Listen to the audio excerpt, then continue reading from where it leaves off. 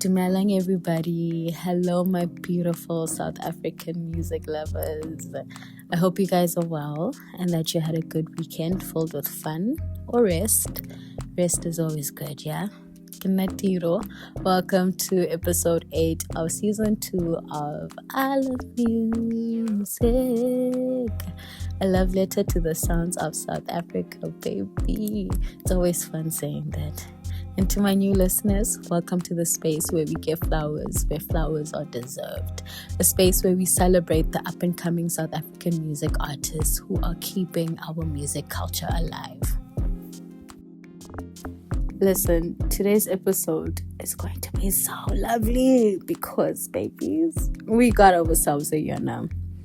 We got ourselves a Yana of note, and he goes by the name of Alldaygré. Hi, Gray.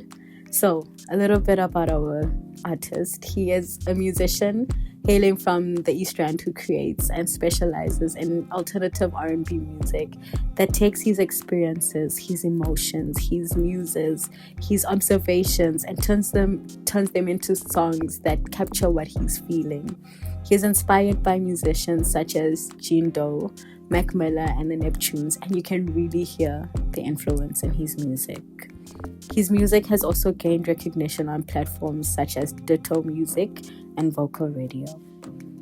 Gray perfectly describes music as a form of escapism, that through his production, his songwriting and vocal performances, he is able to take listeners back to places and emotions that they've experienced themselves. Outside of his own releases, he curates an R&B and soul playlist called Maru, which means clouds, Kasetswan, that he updates with every release. It's part of his belief that music shouldn't just exist in a vacuum, but should always be a shared experience. Beautiful.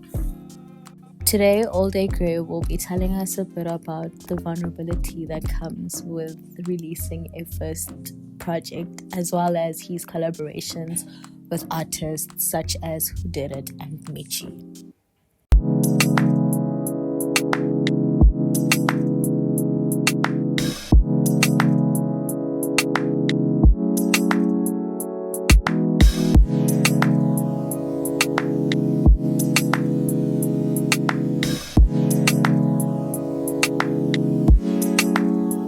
Truth is, I need my Aphrodite. Tired of love that's unrequited. I'll leave and go to war to find her,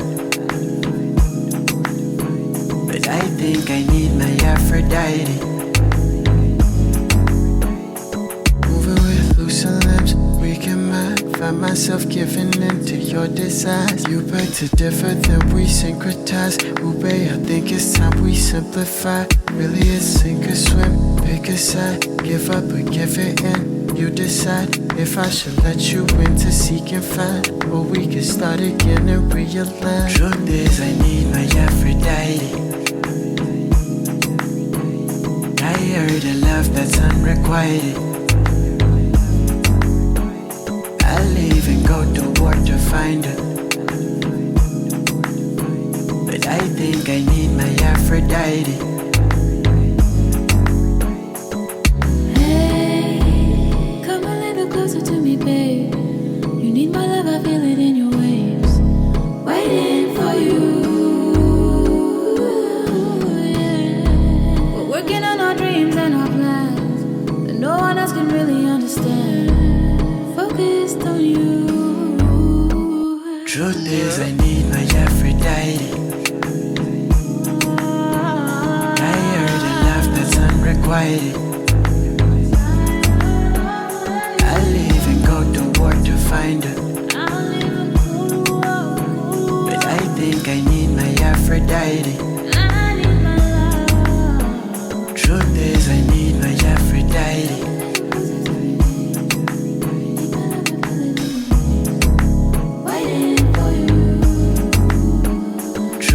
I need my Aphrodite, but I think I need my Aphrodite.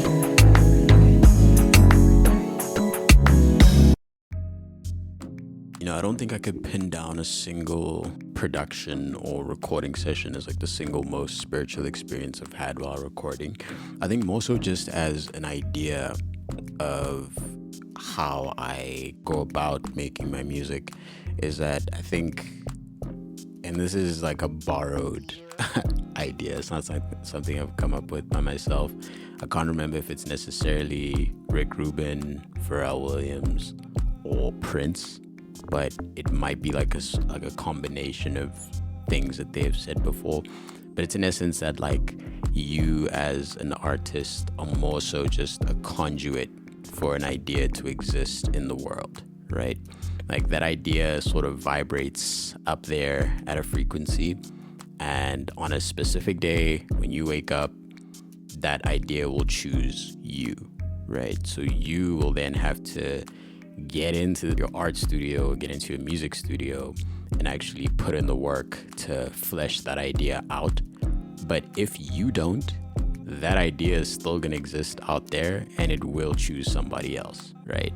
So I think in the way that Prince went about it was that he felt that, or not even Prince, it was Michael Jackson. Yeah, he felt like if he had an idea and he didn't get in studio immediately to like put it on wax, then Prince would get that idea like the next day, and it would be his next number one hit, right?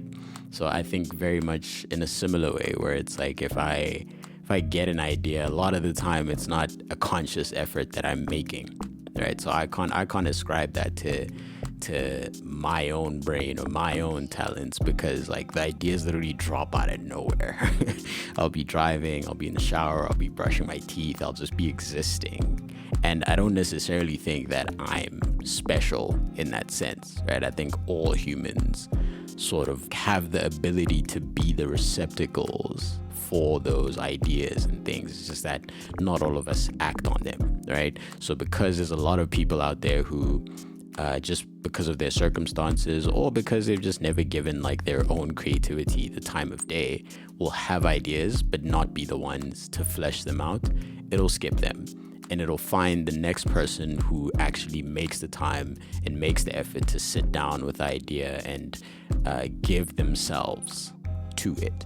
So I don't necessarily think that like artists or creatives are special people in any way. I think all of us have that ability.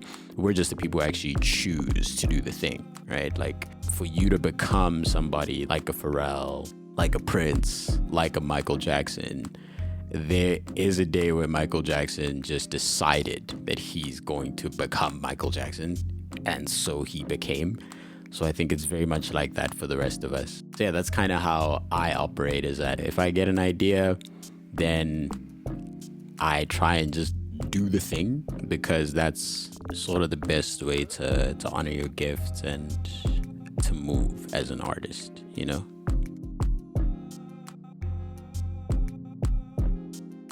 So for a very long time, I'd been making music for myself and sort of for my headphones. I would watch interviews back in the day of like Jaden Smith, like those types of people, and how they got into making music and everything. One of the things that I picked up at the time was that like whenever you make music, you need to make stuff that you want to hear, right? So for the longest time, I had just been making songs for me, and I had played some of my songs for my friends. I was really anxious to do so, and they were all like, dude, this is like surprisingly good, you know, because everybody knows somebody who makes music in some way, and like 9 times out of 10 it's like kind of cringy.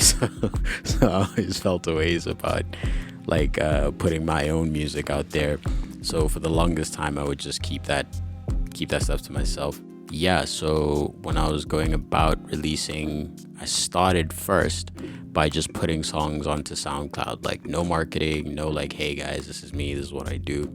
And then I just randomly decided one day, I was like, fuck it, let's do it, you know, let's put it out.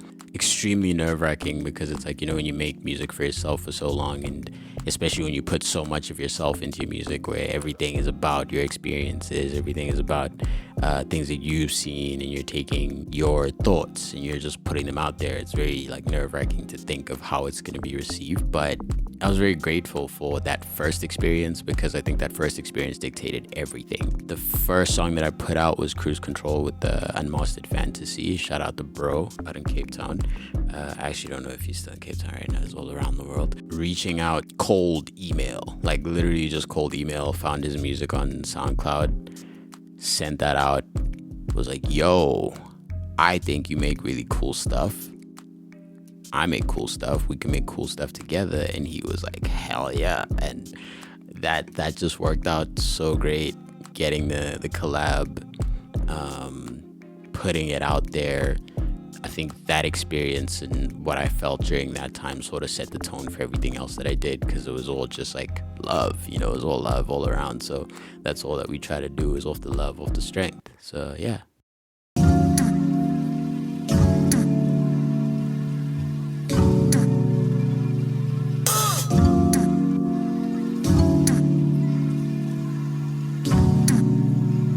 Said you like money, I got some to spend. Heard you say you want it. I got time to beg, come and put it on me. Meet me in your west. Tell me when I'm gon' see you again. Said you like money, I got some to spend. Heard you say you want it. I got time to beg, come and put it on me. Meet me in your west. Tell me when I'm gon' see you again. Pockets stacking up like some Tetris. Now she wants some. No, I promise you won't forget this. Break you off some. Let me show you the way. No rush, girl, I stay. Take it slow, let it play. Promise I'll be your favorite. Said you like money, I got some to spend. Heard you say you want it. I got time to beg, come and put it on me. Meet me in your west. Tell me when I'm gon' see you again. Said you like money, I got some to spend. Heard you say you want it. I got time to beg, come and put it on me. Meet me in your west. Tell me when I'm gon' see you again. Said you like money. I got time to beg, come and put it on me. Tell me when I'm gon' see you again. Said you like money. Heard you say you want it.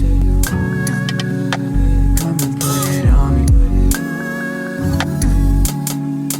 Tell me when I'm gon' see you again.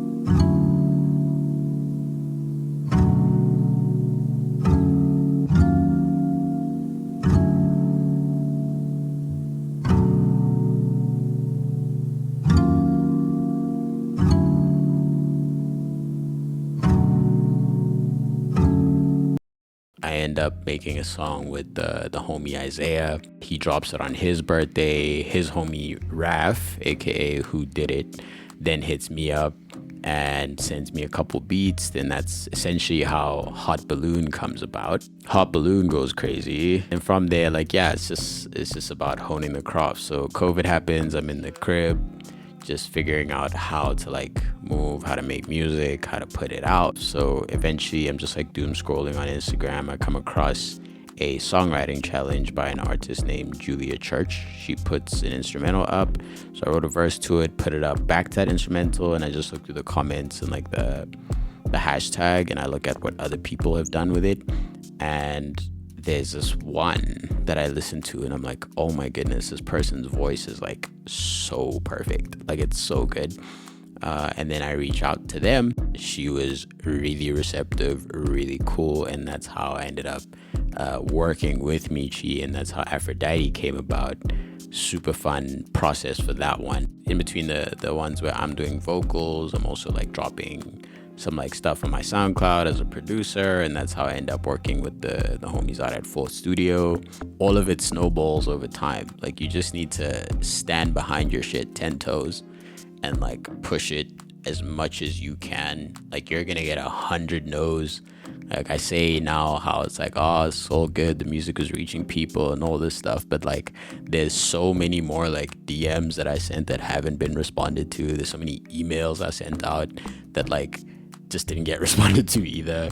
before I got to the people who like, you know, were really like, okay, I mess with this, or let's take a chance with this, or whatever. And that's how I end up on the Low Jams project last year. Shout out to homie Levison out in London, because it's just like, you will find those people who believe in you and either want to help you build or have you help them build something, you know. So collaboration is one of the best ways to grow as an artist, because not only is it about like a combination of the audiences that the two people in the collaboration are bringing, but it's also just when you make music in a vacuum by yourself, it tends to get formulaic. It tends to get like, you know, you settle into patterns and things, whereas when you bring somebody else into it, they can open up your world in terms of what's possible. And that's sort of what's happened with all the collabs that I've done. They've been very intentional. I've been very grateful, and that the people that I've worked with are just like some really cool people. Never mind like making good music, they're just really good people, you know. And that's been a blessing in that sense. So more so than anything, in terms of what it's done for me, is that it's sort of fulfilled me and my goal, because my slogan in a sense is just to make cool shit with cool people, and so long as I get to do that, I'm happy.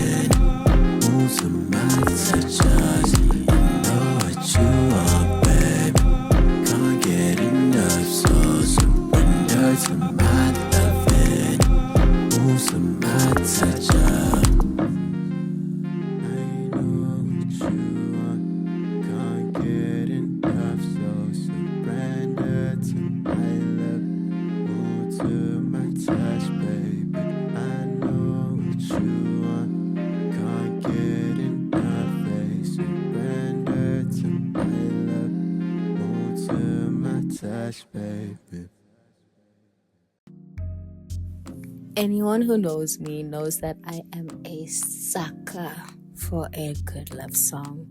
I am a sucker for any good song that allows me to yearn freely and passionately. And alldaygré music allows me to do that beautifully. So, the 3 songs that I played for you, my listeners, are called Aphrodite featuring Michi, his latest release, Spend, and lastly Surrender, which is a collaboration with Low Jams.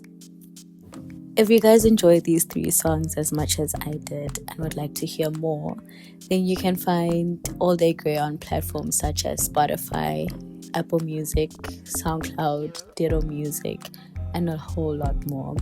Also, if you connected with him and his stories and would like to follow him, you can find him on Instagram at alldaygré.